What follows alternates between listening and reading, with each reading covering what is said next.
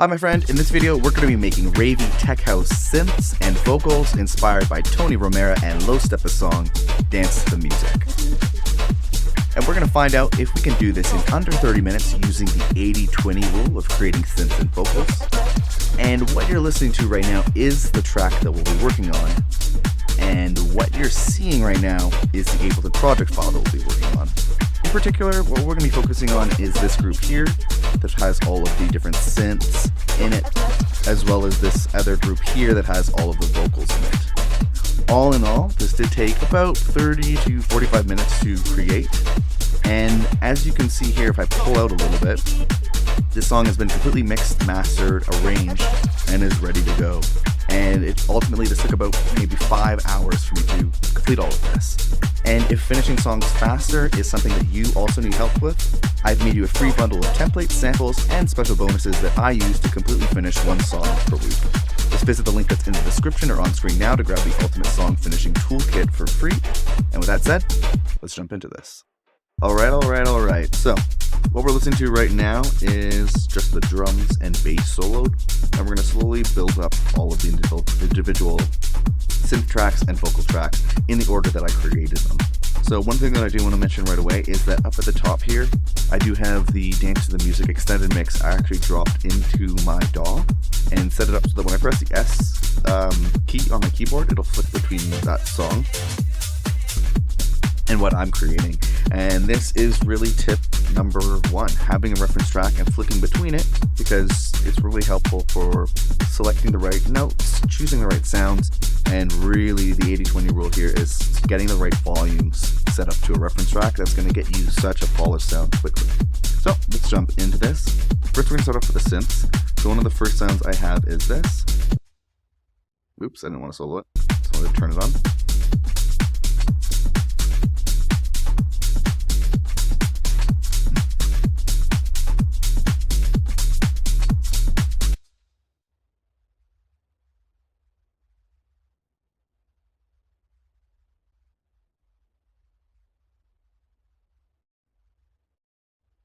Alright. So, what we're listening to here is we have the drums and the bass, and I'm going to slowly start adding in each of the tracks in order that I created them. But one of the tips I want to show you right away is if you see here, we actually have the Dance to the Music extended mix dropped into the DAW, and what I've done is I've turned it off and set up the S key on my keyboard so that whenever I press it, it's going to solo this reference so I can flick between it and my track. And this way, what you can do is you can flick back and forth so that you can choose the right notes, select the right sounds, and select the right volumes as you're building in these tracks. The sound selection, the notes, and the volumes is really going to get you 80% of the way there. And doing it against a reference track is going to really be that shortcut to making sure that you have a really polished sound. So, first sound we have here is this kind of rave stab. And so, let's have a look at the MIDI. What I did was flicking back and forth. So you can hear it's similar, that kind of interesting little back note or whatever you might call that. So what I did was I started off by kind of mimicking that similar note placement, and then I changed up some notes, added in some kind of like call and response, because ultimately I wanted to start by getting the right kind of vibe and then take it from there in a slightly different direction so that I could make it a more original track.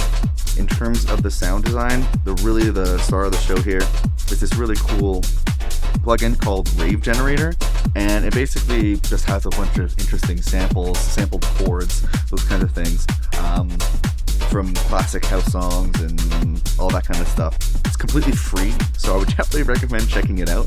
Another alternative is you could load samples of chord stabs from Splice into a simpler and trigger it there, because as you can see here, a full chord is being sounded even though just a single note's being played.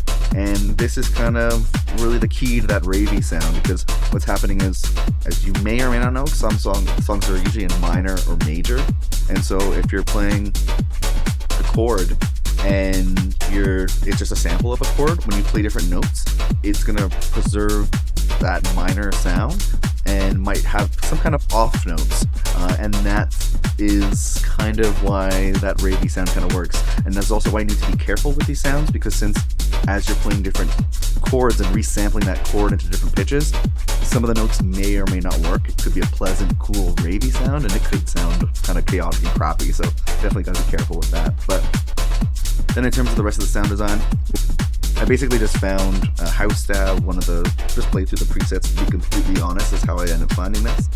And then I'm removing a bunch of the lows to make room for the kick and the bass and kind of get rid of some of that lower and muddy kind of sound.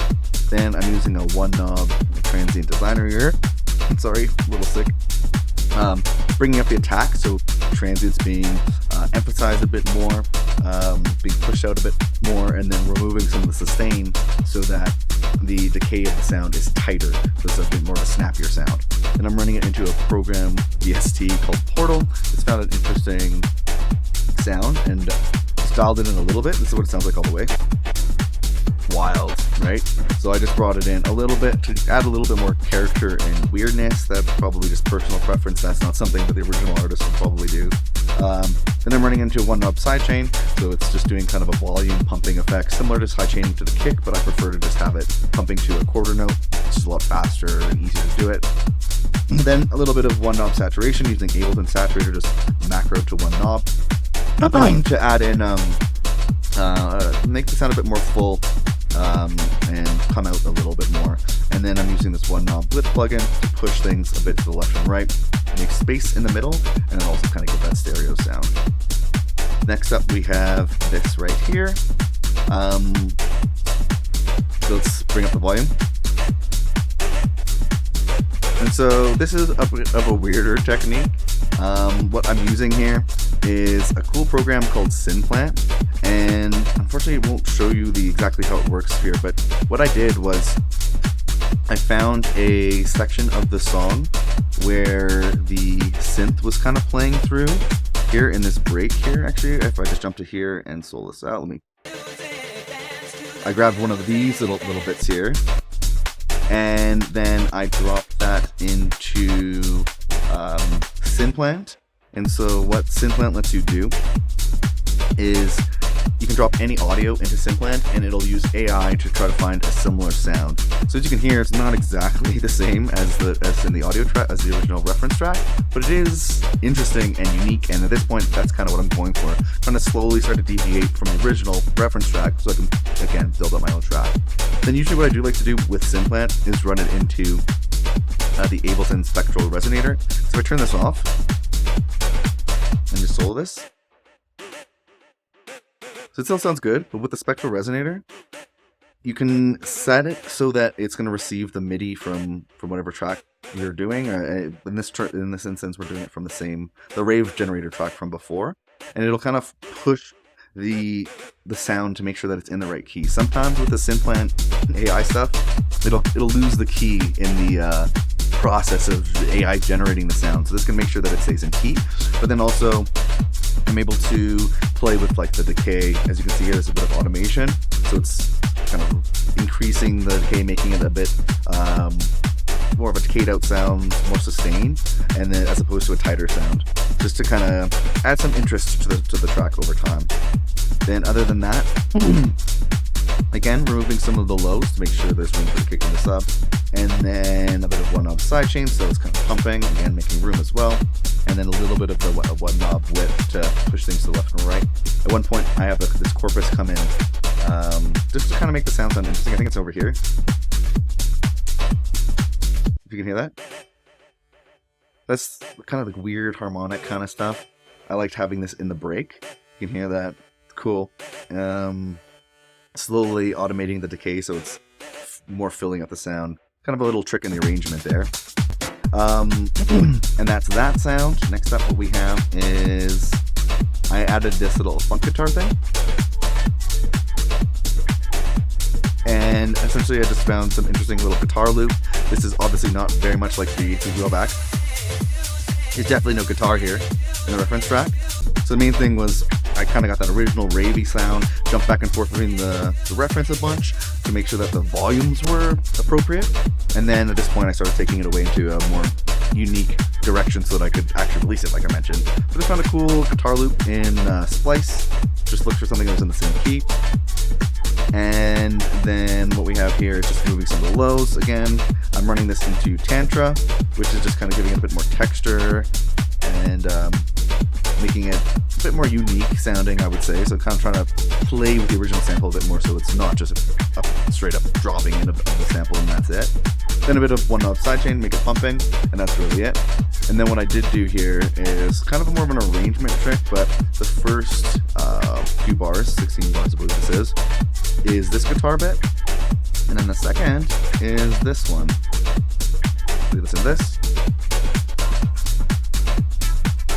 Again, just found a cool little sample. A little more cosmic sounding, that's why I labeled it cosmic. And then that way it'll kind of change back and forth between the two. It's going to sound a little bit more interesting. In terms of the processing, removing a lot more of the lows there. So it's mostly just the highs coming through. Running it through this Tantra preset here, all the way in, which is kind of giving it a bit more of that spacey cosmic vibe. Running it through this one is a really cool plugin that's completely free. And this can kind of help you get that kind of stuttery, stutter house sound. And just play with the attack a little bit so it's a little bit less intense, and dial back the mix again so it's a little bit less intense, and that's kind of giving that cool choppy kind of sound. Again, trying to play with the original sample so it's not just a total just drop in. Other than that, we're doing some one knob sidechain, make it bounce, and make room for the kick and the sub, and a little bit of saturation to fill it out a bit, and then a bit of one knob width push to the left and right, make it more stereo, make room for the middle there. Other than that, I have this little bit here, which might be hard to hear, so I'll solo it, which is kind of just a little bit of like atmosphere, kind of a bit of a kind of pad sound.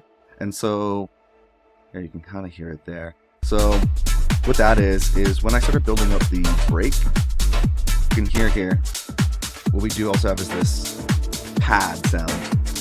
And so what this is I went into whatever this is, Noctua, Venus Theory, Parks on Fire preset, found an interesting pad sound, and then ran that through Valhalla Supermassive and automated the mix so it's getting more and more reverby and interesting over time. And then I noticed that when I pressed like stop, there was this interesting reverb tail, and so what I did was just recorded that and resampled it in and then put that on the track here, which I just think adds cool ambience, just interesting little character. There's definitely not a lot of pads going on in the original, as you can hear. So again, this is just kind of taking things into a different direction. Let's kind of look at the synths. Let's move over to the vocals. So on the vocals here, I'm going to show you what it sounds like.